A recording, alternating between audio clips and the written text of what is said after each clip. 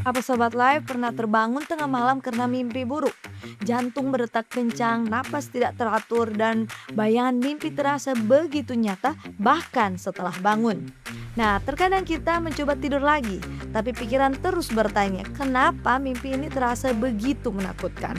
Menariknya Sobat Live, mimpi buruk bukan sekedar bunga tidur.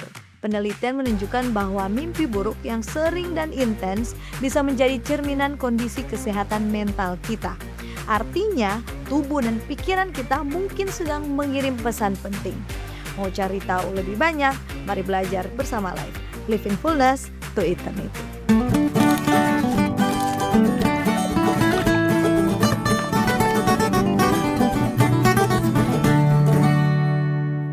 Apakah mimpi buruk berkaitan dengan kesehatan mental? Sahabat Life, secara ilmiah, mimpi buruk atau nightmare adalah mimpi yang sangat tidak menyenangkan, menimbulkan rasa takut, cemas, atau terancam, hingga membuat kita terbangun. Nah, menurut American Academy of Sleep Medicine, mimpi buruk sesekali itu normal. Namun, jika terjadi berulang, mengganggu tidur dan aktivitas harian kita, ini disebut nightmare disorder. Dan berkaitan dengan kesehatan mental kita. Jadi bagaimana mimpi buruk berkaitan dengan kesehatan mental kita? Yang pertama, mimpi buruk adalah alarm dari otak yang kelebihan beban stres.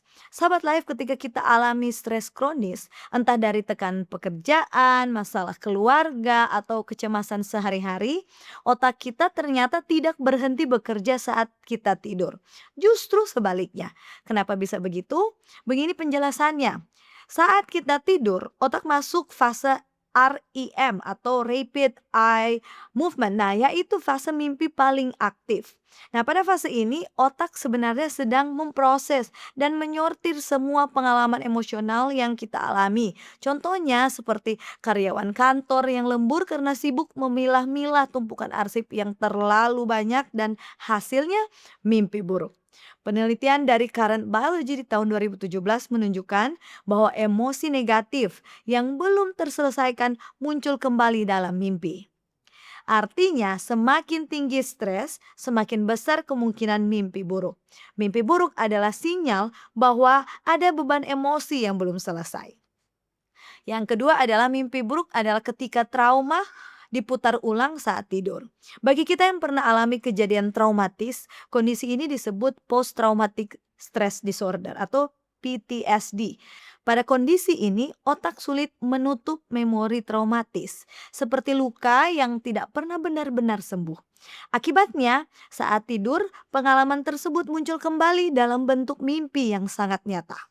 Nah, data dari National Center for PTSD menunjukkan 71 hingga 96% penderita PTSD mengalami mimpi buruk berulang.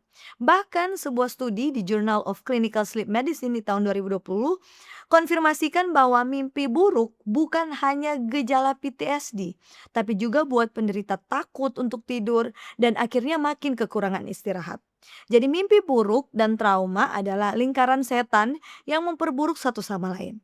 Untuk itu, jika ada kejadian traumatis dan mimpi buruk berulang, jangan kita biarkan begitu saja. Yang ketiga, depresi dan kecemasan. Seperti ketika pikiran gelap masuk ke dunia mimpi kita. Pada orang yang alami depresi dan kecemasan, ada gangguan pada siklus tidurnya. Terutama pada fase tidur REM ini, yang jadi lebih panjang dan lebih intens dari normalnya. Ini ibaratnya seperti memutar film horor dalam mode full volume yang tidak bisa kita matikan. Selain itu, pada kondisi kecemasan, otak dalam keadaan hypervigilance, selalu waspada terhadap ancaman bahkan saat kita sudah tertidur. Penelitian di JAMA Psikiatri di tahun 2021 terhadap 800.000 orang menemukan ada korelasi kuat antara frekuensi mimpi buruk dengan tingkat depresi dan kecemasan. Bahkan orang yang sering mimpi buruk punya resiko 3 kali lebih tinggi mengalami depresi. Jadi mimpi buruk yang sering ternyata bisa jadi tanda peringatan dini bahwa kondisi mental kita sedang membutuhkan perhatian. Yang keempat, obat-obatan dan zat tertentu yang mengacaukan otak saat tidur. Sahabat Life, ternyata beberapa jenis obat-obatan dan zat tertentu yang kita konsumsi bisa juga secara langsung picu atau perparah mimpi buruk dan berkaitan dengan kesehatan mental kita. Pertama, obat antidepresan tertentu, terutama golongan SRRI dan SNRI yang justru digunakan untuk obati depresi. Golongan obat ini punya efek samping yang bisa meningkatkan intensitas mimpi buruk. Kenapa? Karena obat-obat ini dapat mengubah kadar serotonin di otak kita sehingga dapat mempengaruhi otak saat fase REM ini atau rapid eye movement. Nah, seperti menyetel ulang radio karena sinyal yang muncul tidak seperti yang diinginkan. Dan yang kedua, alkohol dan obat tidur. Banyak orang minum alkohol atau obat tidur supaya bisa beristirahat. Padahal keduanya justru menekan fase REM ini di awal tidur. Akibatnya otak tidak sempat memproses emosi dengan baik. Tidur terasa tidak segar. Setelah itu, ketika efek alkohol atau obat mulai hilang di tengah malam, otak akan mengejar fase REM yang tertunda ini. Dan akibatnya mimpi jadi lebih intens. Emosi dalam mimpi jadi lebih kuat dan lebih sering muncul mimpi buruk, terutama menjelang subuh. Penelitian dari Sleep Medicine Reviews di tahun 2022 mengkonfirmasikan bahwa penggunaan alkohol secara rutin sebelum tidur secara signifikan bisa tingkatkan frekuensi dan intensitas mimpi buruk. Jadi sahabat live, minum supaya cepat tidur. Ternyata bisa berbalik merugikan kita. Yang kelima, mimpi buruk kronik bisa jadi tanda gangguan tidur yang perlu ditangani. Mimpi buruk yang kronik bisa jadi penyebab memburuknya kesehatan mental kita. Kenapa bisa begitu? Karena mimpi buruk ini membuat kita takut tidur. Hasilnya, otak jadi kekurangan waktu untuk memproses emosi. Artinya, emosi negatif akan memburuk. Dan kalau sudah begini, mimpi buruk akan makin parah. Ini berarti roda berputar ke arah yang salah, yang semakin lama, semakin cepat dan sulit untuk dihentikan. Sebuah penelitian longitudinal yang diterbitkan di Sleep di tahun 2019 oleh Sandman dan kawan-kawan dari Karolinska Institute Swedia temukan bahwa orang yang alami mimpi buruk kronik memiliki resiko signifikan lebih tinggi untuk mengembangkan gangguan psikotik atau mental di kemudian hari. Itu termasuk kondisi seperti skizofrenia dan psikosis. Nah, ini bukan untuk menakut-nakuti, tapi tanda bahwa kondisi ini perlu diperhatikan. Jadi sekarang sudah jelas bahwa mimpi buruk bukan sekedar bunga tidur biasa ternyata. Ini adalah cerminan kondisi kesehatan mental kita yang perlu kita dengarkan dengan serius. Dan kabar baiknya, mimpi buruk masih bisa ditangani. Mari kita coba pertama dengan teknik Image Rehearsal Therapy atau IRT.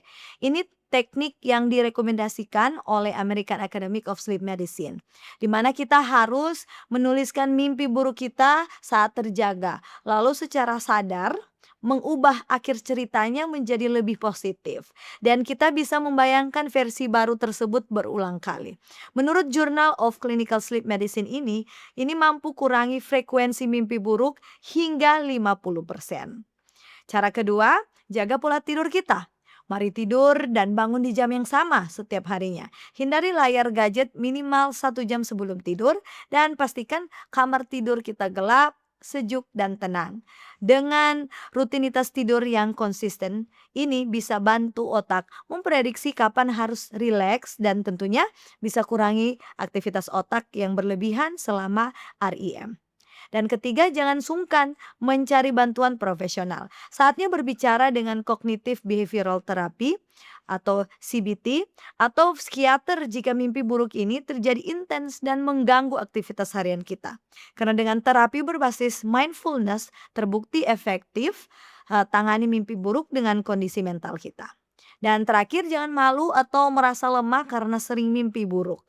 Mimpi buruk bukan tanda lemah atau kurang iman.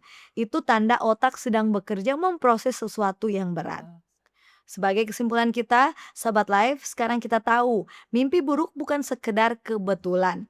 Itu adalah cara otak berkomunikasi dengan kita. Mari belajar untuk mendengarkan. Karena kesehatan mental sama pentingnya dengan kesehatan fisik kita. Dan keduanya perlu kita jaga dengan serius tentunya. Demikian pembahasan kita, semoga Sobat Life terberkati. Jangan lupa ikuti terus, like dan subscribe YouTube channel Cornelius Media. Mari kenali dan jaga kesehatan kita bersama Life, Live in Fullness to Eternity.